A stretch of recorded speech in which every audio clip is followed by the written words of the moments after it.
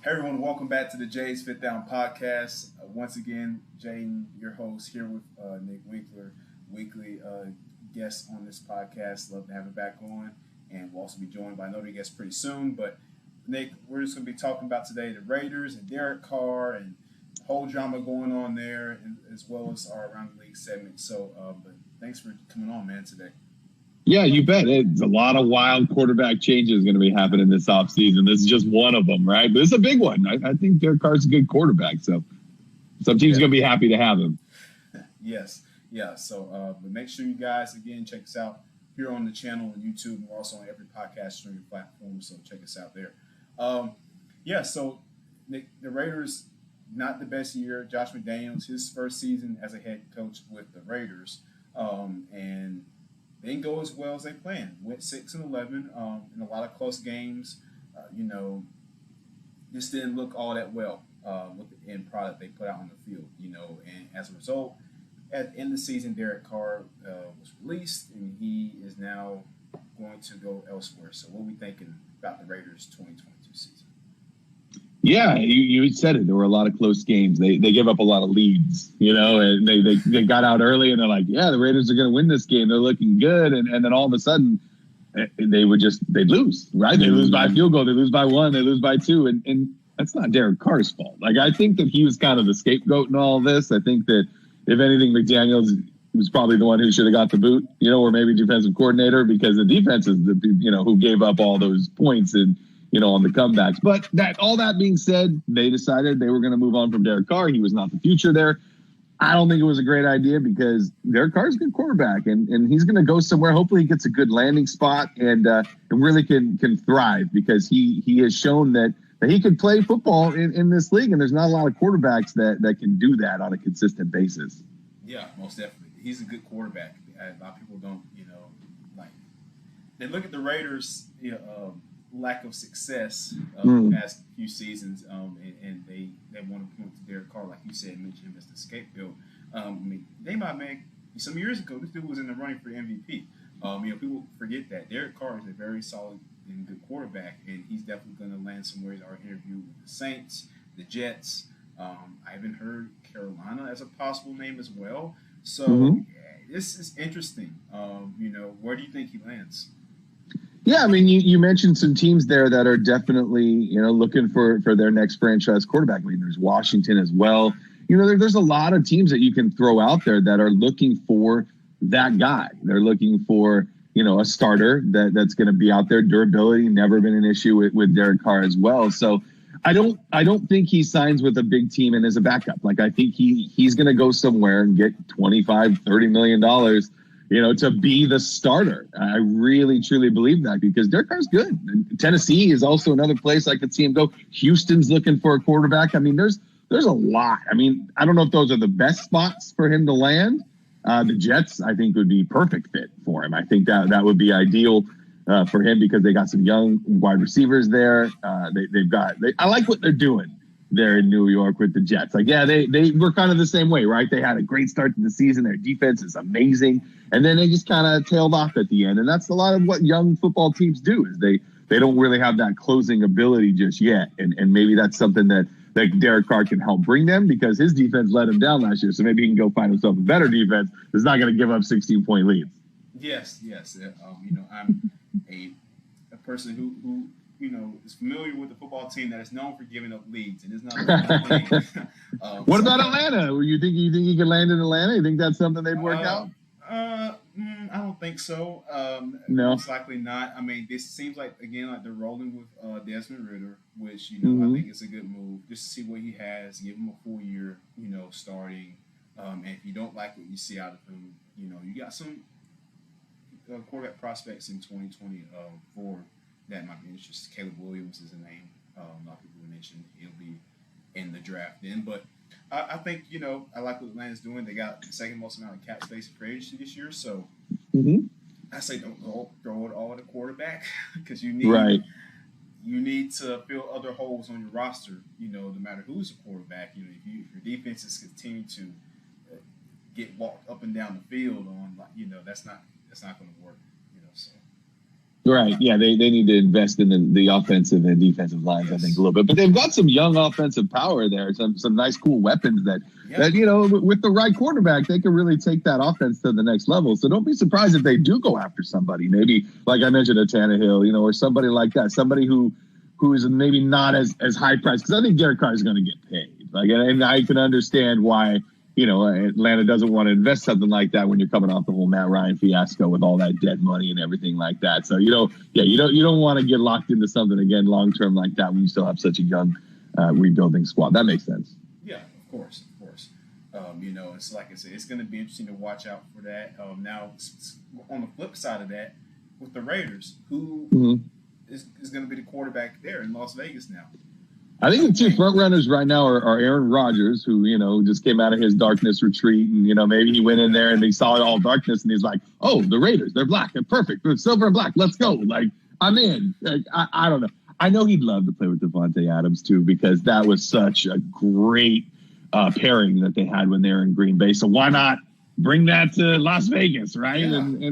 Yeah. I think it's going to cost a lot to get him away from Green Bay, and the Raiders seem like the kind of franchise that can give up a few draft picks to try and go win right now. And another guy too, don't be surprised, Jimmy Garoppolo, if he ends up there in Las Vegas as well, because Jimmy runs a great offense. He's going to be a free agent. He'll be able to go wherever he wants. That's not the kind of guy that's going to cost you any draft picks or anything, right? He's just a straight up free agent. So he's going to get a lot of look. He might get paid too in the offseason. He's a little bit older than Derek Carr, but he's also won more than Derek Carr. So don't be surprised if Jimmy ends up being the highest paid free agent here in this quarterback market.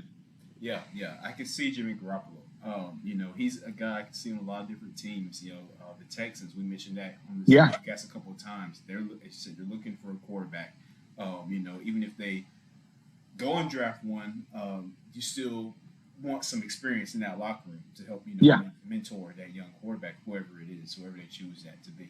And last year, let's not forget that Washington was trying to go get Jimmy from the 49ers, and then the elbow surgery or the shoulder surgery happened, and so that had to put the brakes on that, and they went and got Carson Wentz instead. So they still want Jimmy Garoppolo, so that's another landing spot I see for him as well. It's going to be interesting. I'm really looking forward to it, and like you said, this whole market is going to be crazy. We don't even know what Lamar Jackson's going to do. I mean, he's asking for a contract that exceeded Deshaun Watson's contract. Which is crazy. That's a stupid contract. That Deshaun Watson contract is so bad.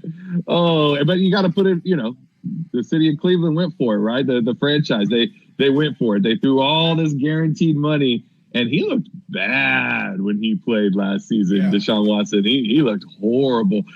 That being said, I think that you throw all the money you can, at him and hope that you can keep him if you're Baltimore, right? I mean, you don't want him to get away. They're gonna slap the franchise tag on him and hopefully work out a huge deal. But if they can't, do you see them trading him away? Do you see the possibility of that happening? Yes, I do. Yeah, they could get some stuff for him, right? Get a haul, right? Because like you said, once they put him on the tag, if they can't work out a deal, which it does not seem like that's going to happen anytime soon. The logical option is he gets traded. Obviously not within the AFC. Most likely would be to an NFC team. Now I had to keep. A team like the Falcons. I was just about to get. I was just about to get to that. I saw the look on your face. You're like, should I say it? I would tell a lot of people, okay. It would be amazing if he came here, but again, I don't want us to throw all of our marbles at the quarterback because I don't want Lamar to come here and our defense is still, again, just getting cakewalked up and down the field like they have in the last 4 years, and in the offensive line, and again, the Falcons have got to invest in other positions of need, especially on the interior to help Ray Jarrett out. So again, that goes back to Lamar. It's wishful thinking at this point, but I can definitely see him going to an NFC team. Who that would be, I have no idea. But hey, it can happen. Anything can happen in the NFL. So yeah, you're right. And I think there's 20, 25 teams that would gladly have Lamar Jackson as their quarterback. It all comes down to price, right? What he's going to cost you in the future. You're investing not only in a huge new contract that you're going to have to pay him for the next 5 to 8 years, but you're also going to have to give up some draft capital to lure him away from Baltimore. So yeah, he would be expensive, but he's a dynamic player. I mean, he's one of the top 5 quarterbacks in the NFL when healthy. So yeah, I think that if you can go get him, I think that Atlanta would pull the trigger. I really do. I think that he's that type of transitional player, right, that just pulls you immediately up. The South can be won by anyone, right? Tom Brady's gone, the Carolina, Tampa Bay. Like, we can go through the list, Saints, in Atlanta. Like, which team is anybody predicting to win that division this upcoming year? Like, it's a toss-up, right? It could be anybody. You get Lamar Jackson, I think you're going to win that division and put yourselves right into the playoffs, which could be a huge move for everybody there in Atlanta.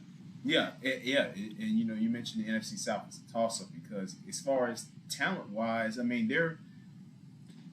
I wouldn't say there's one team like just completely above everybody. There's not. Talent. I mean, the Bucs were a couple years ago, but they've kind of just, Yeah, Brady's gone, so.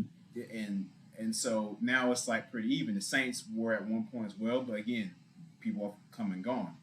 So it's anybody's game. So.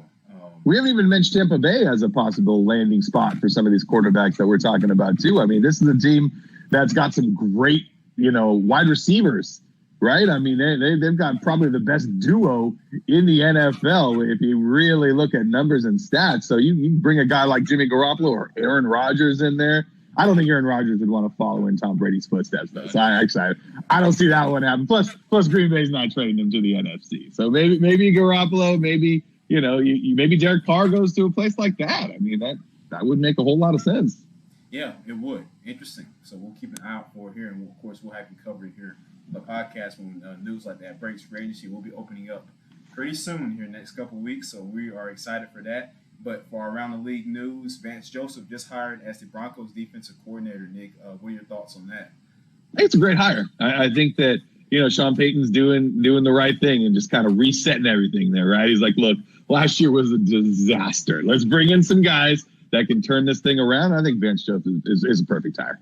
Yeah, and remember, he was the previous head coach for the Broncos a couple years ago. So he's familiar with that building. Of course, most of the players are not there from when he was head coach, but it's still, when you're in that building with that front office, you're familiar with everything. It bodes a long way, right? Yeah, it's a good move. It is a good move.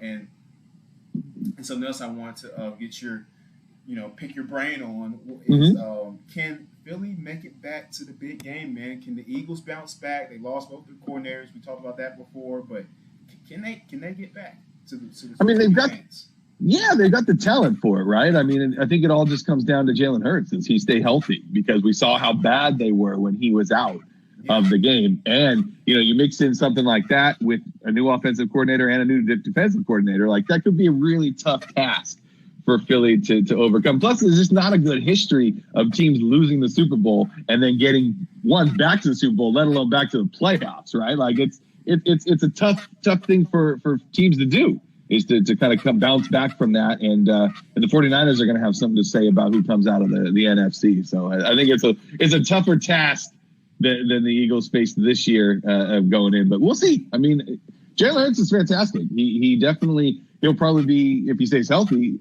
a contender again for the MVP in the NFL. The guy's amazing. I just hope he can stay healthy.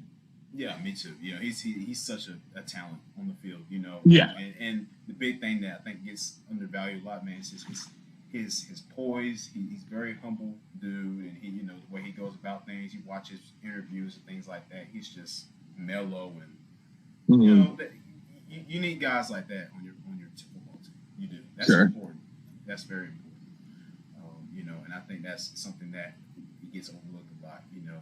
As well as situational awareness. A thing that's been coming up around lately in the league, costing some teams games. Not being aware of what's going on. So what are your opinions on, Nick, on how important is it to have situational awareness? What down is it? The clocks, things like that. It's huge. I mean, I think every team should have some sort of coach that's their job, right? Is just to constantly be only worried about the game management, clock, timeouts, challenges, everything like that. Like just knowing exactly what's going on. And yeah, that's what your head coach should be doing, right? But he's also got everything else on his plate. So to bring in an assistant like that, like the Niners have Anthony Lynn, who's an assistant head coach, and he's fantastic, right? He is exactly what the 49ers need for situations like that. That being said, should he have, really urged Kyle to throw the flag on that Devonta Smith, play along the sideline in the NFC Championship game? Like, yeah, probably. But I don't know if I said this to you last time we talked, but I really see the NFL going into some sort of overall eye-in-the-sky replay system in this offseason for plays exactly like that, where the umpires and the referees can immediately stop a play at any time if they feel that the play wasn't called correctly. Like when you see a team rushing up after a maybe catch, they're going to be like, whoa. Let's take a look at it. Like they've got the technology to get every play right? I mean, that's what it's all about. Get them right. If you have the technology and you can do it, do it. There's the argument of, then it's going to make games last longer. Have you ever heard anyone ever say, that NFL football game was too long? No. Not at all, especially if you're going to get it right. Like, if he doesn't catch the ball, go make sure that it's not a first down. Go make sure it's not a catch. Like, you get it right. Yeah. And then those people are the same people who complain, like, oh, man, the refs just caused this game. Like, right? It's like, right. I don't know, man. But like, I'm just tired of all the ref blaming. Like, it's everywhere. And every team does it when they lose and this and that. It's like, okay, I get it. That's a human element of the game, right? Like, that's part of it. Okay, so give those humans the ability to overturn a call. Like any call, don't say, that's not reviewable. Why not? You've got the review stuff right there. Get it right. I don't know if you watched any of the XFL this weekend, but I didn't watch a whole bunch. I watched a little bit, and I love what they do with the replay booth, where they go right in and Dean Blandino's in there, and he's talking, and he's like explaining exactly what's going on. Like, put those people on television, they're going to make the right call. They're not going to mess it up. They're going to need to explain why, justify why they did it, why they called it that way, and really put a face on that. I think that'd be huge. I love the XFL for doing that. That was great.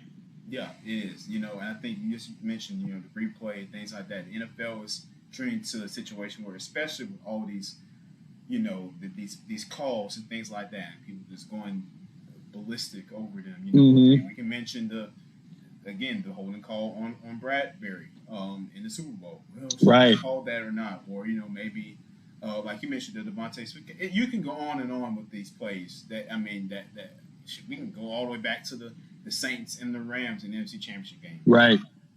Right. Yeah. No, you can call a penalty on every play. Right. So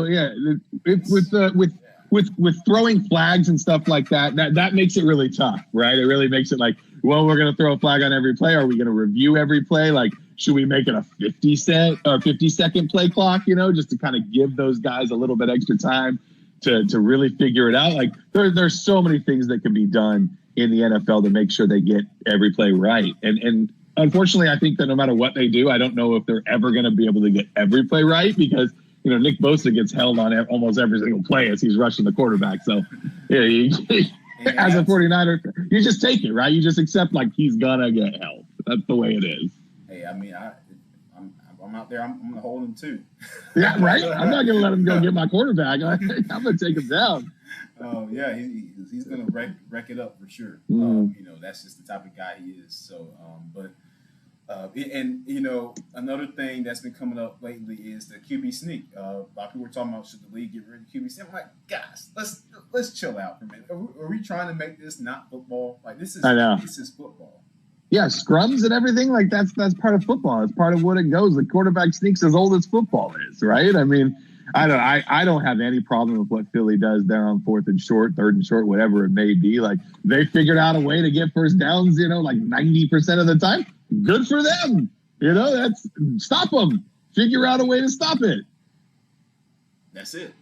That's it. You can't blame a team for finding a way to make it work. I mean, why can't you push your teammate forward? Like, that's stupid to try and say, nobody should be able to push a guy. Why not?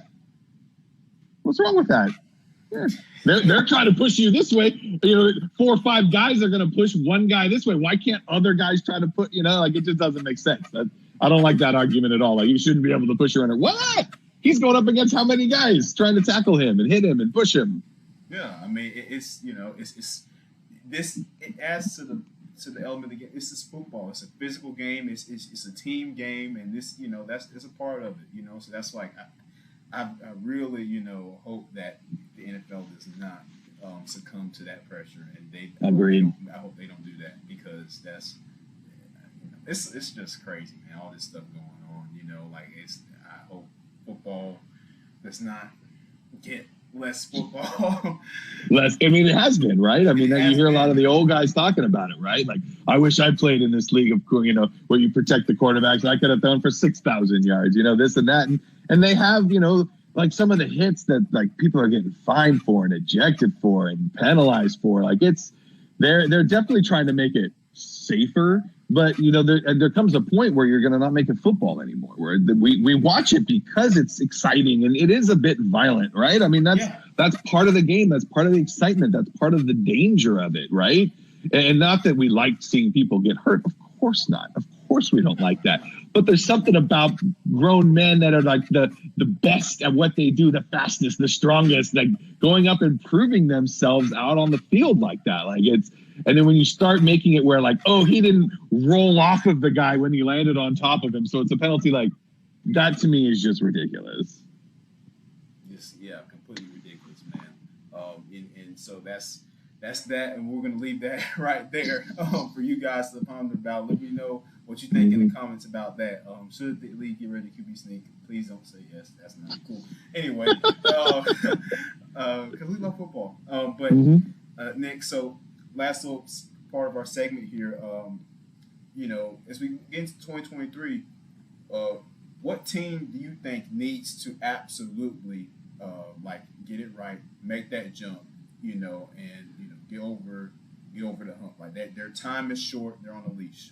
Who's that team for you this year? That's a tough call. I think maybe it's the Dallas Cowboys. I think that their time's running out. Yeah, I think that Dak is. He's so hit or miss, right? Like he's got some great games, but then he makes some real boneheaded plays too. So I think their time's running out. A place like Baltimore too. I mean, if they can find a way to get Lamar Jackson back, I think that's they need to take that next step too. The AFC is so much tougher though. I'd like to see Buffalo kind of take that next step as well and get to a Super Bowl because I just watched the 30 for 30, the Four Falls of Buffalo. I don't know if you've seen that one, but it's so good, just about their run of 4 straight Super Bowls. And like, I'd love for the city of Buffalo to get a championship at some point because they've been through so much. And I love Josh Allen and obviously the 49ers too. They haven't won a championship since '94. We talk about, they're so great in this and that. Well, they haven't, won the big one in a very, very long time. A huge amount of their fan base doesn't even remember what it's like to win a Super Bowl. So I think that their time might be running short as well, too. You just never know. Yeah, I agree with you. Those are some good picks there. And all 3 talented teams, talented players. All could do it. No doubt. They just, can't do it. In Buffalo, man, even what happened to them in the playoffs with Cincinnati, that was embarrassing. It was. And so they gotta fix that, and hopefully for them get to the big game, So got Josh Allen, great quarterback, Stephon Diggs. I mean, they got the talent. Just can you make it work? Can you make it happen? Right. So that's the end question today. But last thoughts, Nick, before we come off. No, I just can't wait for free agency and the draft and all this offseason stuff, man. I love it. Yeah, I love it too. It's what makes the NFL the NFL.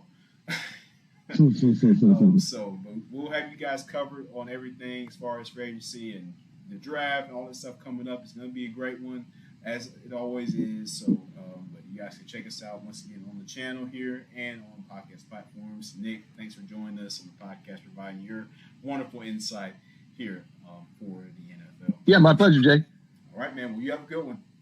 You too, bud. See ya. All right, man.